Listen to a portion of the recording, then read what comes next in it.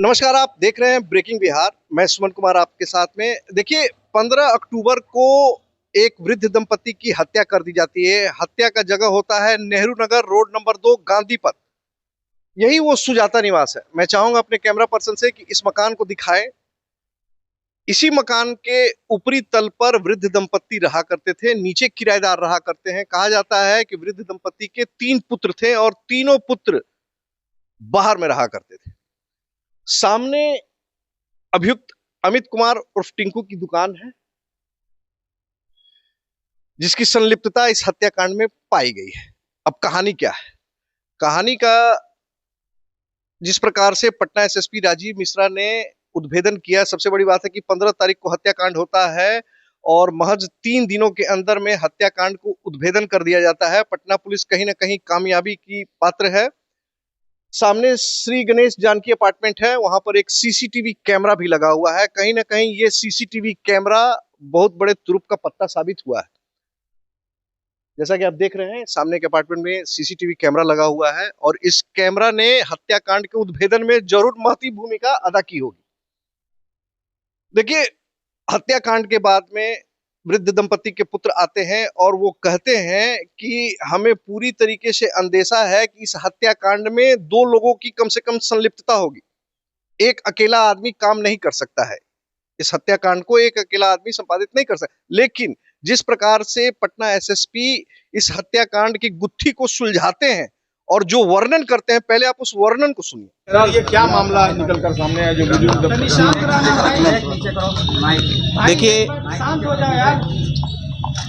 पाटलिपुत्रा थाना में जो आप लोगों को पता है घटना प्रतिवेदित हुई थी, जिसमें 2 बुजुर्ग थे, दंपति थे, उनका शव मिला था और उसकी सूचना हम लोगों को मिली थी। उसके बाद पुलिस जो है एसपी सेंट्रल के नेतृत्व में एक एसआईटी का गठन किया गया है। एसपी सेंट्रल और एसडीपीओ लॉ एंड ऑर्डर 2 और एसएचओ पाटलिपुत्रा, इनके द्वारा लगातार पिछले 3 दिनों से इस कांड का अनुसंधान किया जा रहा था। और एफएसएल की टीम भी, उसको भी हम बधाई देंगे, एफएसएल की पूरी टीम को, कि बहुत क्लोज कोऑर्डिनेशन में हम लोग केस को इन्वेस्टिगेट कर रहे थे। और साथ ही साथ जो हमारी सीसीटीवी की टीम है, उन्होंने भी बहुत ही आउटस्टैंडिंग काम किया और इन सभी लोगों के संयुक्त प्रयास से इस केस का जो है सफल उद्भेदन कर लिया गया है। केस में जो अभियुक्त है अमित कुमार उर्फ टिंकू, जिनके फादर का नाम नवल किशोर शाह है, जो हिलसा नालंदा के मूल रूप से रहने वाले हैं और वर्तमान में राजीव नगर थाना क्षेत्र में अपना घर बना के रहते हैं, उनको गिरफ्तार कर लिया गया है।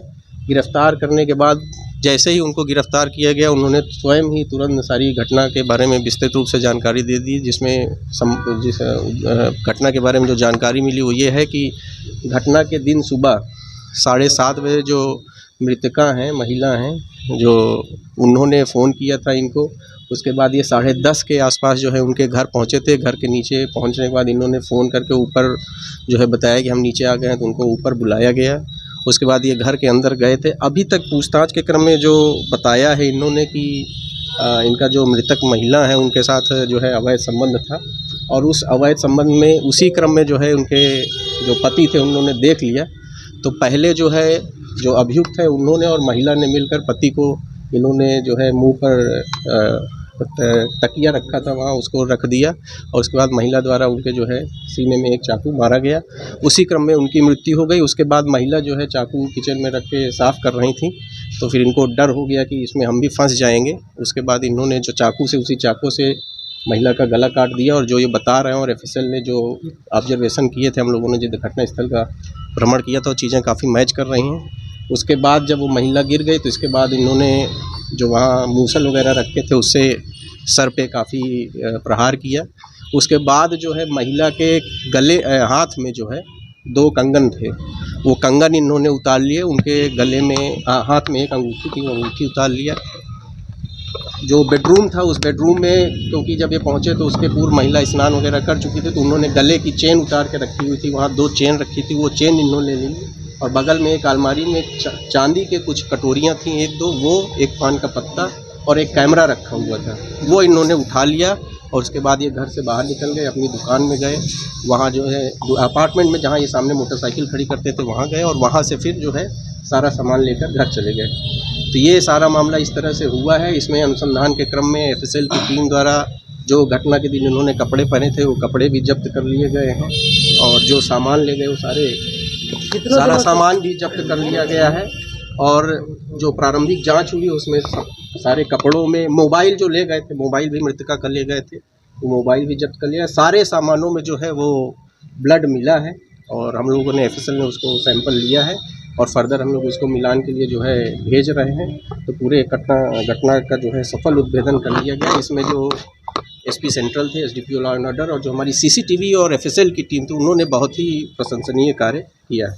सीसीटीवी फुटेज सब ये प्रूफ हो गया। सीसीटीवी फुटेज ही एक्चुअल में बड़ा एक बहुत ही छोटा सा फुटेज मिला था, जिसमें इनके घर का बहुत एक टॉप कॉर्नर में एक छोटा सा फुटेज आ रहा था और बड़े परिश्रम के बाद उसको जो सीसीटीवी की जो टीम थी उसने निकाला था।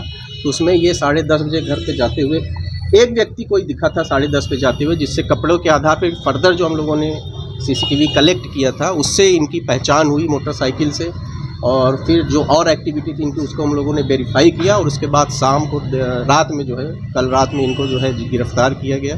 तो गिरफ़्तारी के तुरंत बाद ही इन्होंने सारी घटना के विषय में बता दिया और फिर घटना के बाद इन्होंने जो सामान लिया था उसको जाके एक सुनार के पास गिरवी रख दिया था। वो सामान हम लोगों ने इसके पास से जब्त किया। गिरवी रखने के बदले 1 लाख रुपये प्राप्त किए थे। उस 1 लाख रुपए में से 75,000 रुपये इन्होंने जो जहाँ इनकी दुकान है वहीं सामने एक अपार्टमेंट में एक व्यक्ति को दिया था, वो 75,000 रुपये भी हम लोगों ने जब्त कर लिए हैं।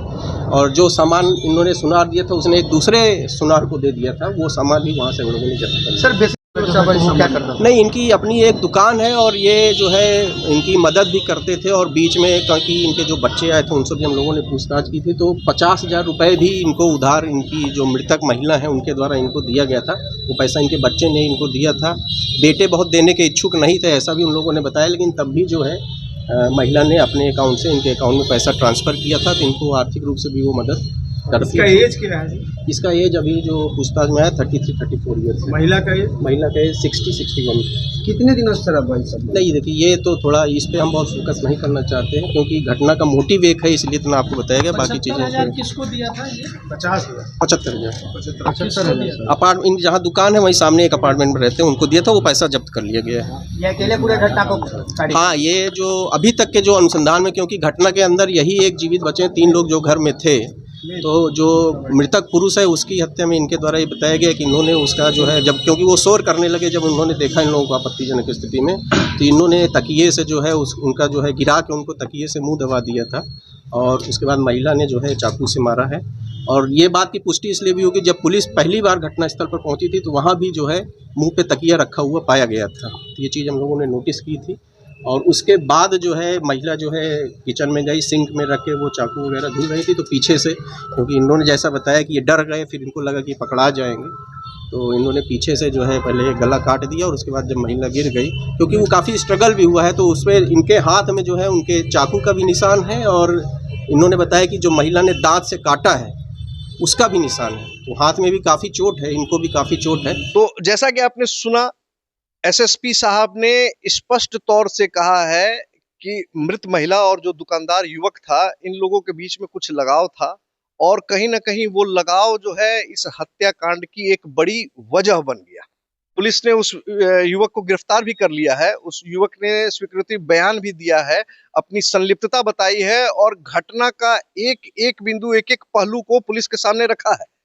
हत्याकांड के पहले पुलिस जिस प्रकार से कह रही है कि मृत महिला के साथ मिलकर उस युवक ने वृद्ध की हत्या कर दी और उसके बाद में पकड़े जाने के डर से उसने उस महिला के भी मूसल से सर पर प्रहार किया और उसके बाद भी 36 बार चाकू से प्रहार करके उस महिला को मौत के घाट उतार दिया। खबरों का सिलसिला हमारे साथ लगातार इसी प्रकार से बनाए रखे। तब तक अगली खबर के लिए हमें इजाजत दें। तब तक के लिए नमस्कार।